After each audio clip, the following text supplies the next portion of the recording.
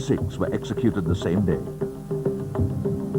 The rest 140 uncaptured were never heard of.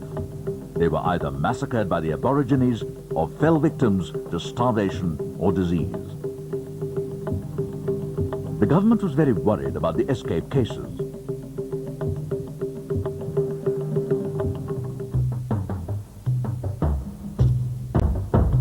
The cruelties inflicted on the political prisoners exceeded the limits of their endurance, which led them to adopt desperate measures to free themselves by force. About 200 Punjabi convicts made a plot to siege power in the settlement of Port Blair. On the 1st of April 1859, the conspirators attacked Walker, but he survived the attack because of the timely intervention of an Indian overseer and gangsman. After this incident, the tortures inflicted by Walker increased, and the prisoners were handcuffed in pairs, and these handcuffs were never removed. On the other hand, the hostile attitude of the Aboriginal tribes Andamanese towards the British and the freedom fighters whom they found occupying their homeland continued, and the freedom fighters were often left to fend for themselves without any kind of protection. The act of organized resistance against the British reached its climax on 17 May 1859 in what is known as the Battle of Aberdeen. This battle of liberation was fought to oust the British from these islands by the great Andamanese and liberate the land that belonged to them. Fortunately for the British, an escaped convict named Dudhnath Tiwari, who had escaped from Ross Island on 23rd April 1858, who was treated kindly by the Aborigines and lived with them for about a year, came to know about the preparations going on for the attacks on the British. He left the camp at night and arrived at Aberdeen and informed about the attack, which gave the British time to make arrangements for the defense.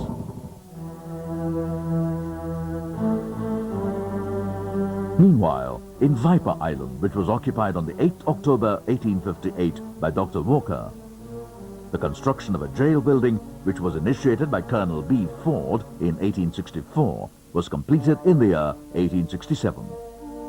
It was the first ever jail to be built in these islands under the penal settlement for incarcerating the convicts for enforcing a strict discipline in the penal settlement.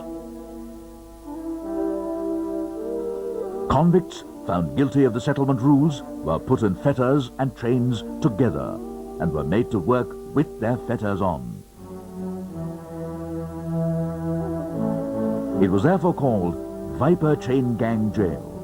The chain gang laborers were put on hard labor of wheat grinding and coir pounding. All the convicts on their arrival at the Andaman were kept in Viper Jail for a month in order to witness different forms of punishment.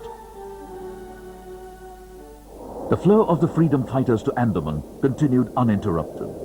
The year 1863 to 1865 witnessed a series of trials in India by which all the principal leaders of the powerful Wahhabi revolt were arrested, and many were transported to the Andamans between 1865 to 1871. The Kuka, or the Namdhari movement that was started by Guru Ram Singh on 14th April 1857, was in full force in 1871. The movement had spread in all parts of Punjab, as well as other states, and threatened the British government. In 1871, many Namdharis were arrested and hanged, and in 1872, 66 Kuka rebels were tied to the mouth of cannons and blown to pieces, and some were sent to the Andamans.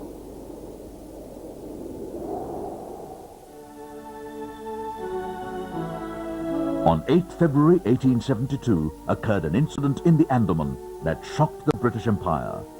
Lord Mayo, the then Viceroy of India, was killed by one Sher Ali, a Pathan convict from the northwestern frontier in the Andamans. The convict Sher Ali was condemned to death and hanged in the Viper gallows on 11th March 1872.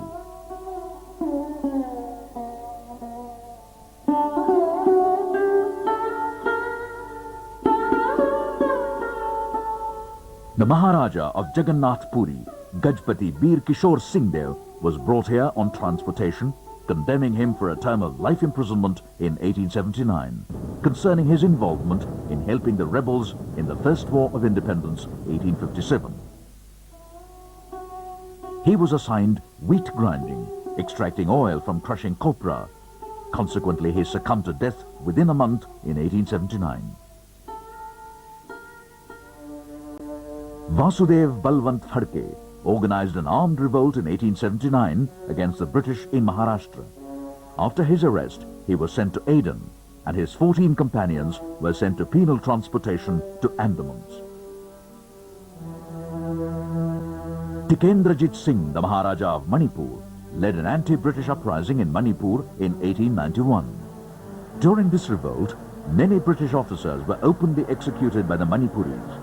The uprising was suppressed, and many leaders, along with the Maharaja, were executed, and some were transported to penal settlement in Andamans.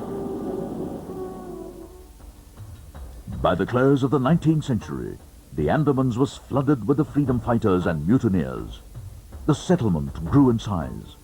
By this time, the convicts, who were either murderers and had escaped the death penalty, or habitual criminals convicted of more heinous offences against persons and property, were also transported to Port Blair from all parts of India and Burma.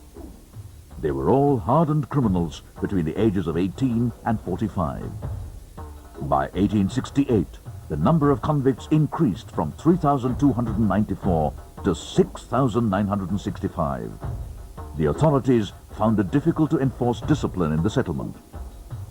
Thus, the C.J. Lyle and A.S. Lethbridge Commission was appointed in 1890 to study the penal settlement in the Andaman and make recommendations. Their view was that confinement within the walls of an Indian prison was a much more severe form of punishment than transportation to the Andamans. They recommended that the convicts in the Andamans should be confined during the first 6 months in solitary cells in a jail to be built specially for the purpose. And this was the genesis of the construction of the notorious Cellular Jail. Thus, the construction of the Cellular Jail in Port Blair began in 1896 at Atlanta Point by the Andaman and Nicobar Manual Settlement Order number 423, dated 13 September 1893.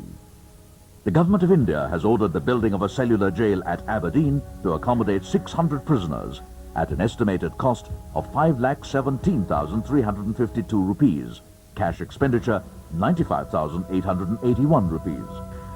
Mr. McQuillan, sub-engineer, is to be in charge of it in addition to his other duties.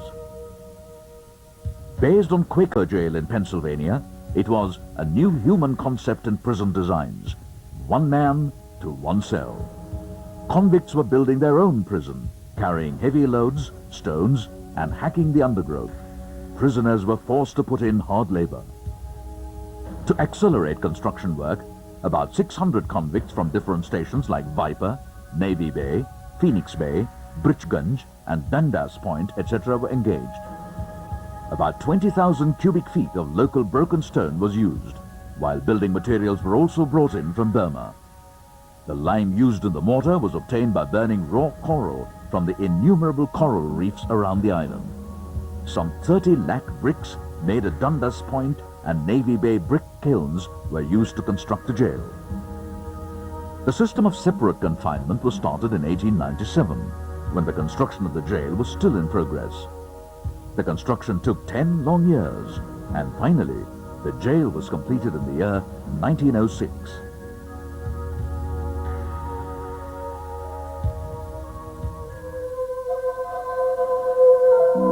Thereby starts a new chapter in the history of the Indian freedom movement.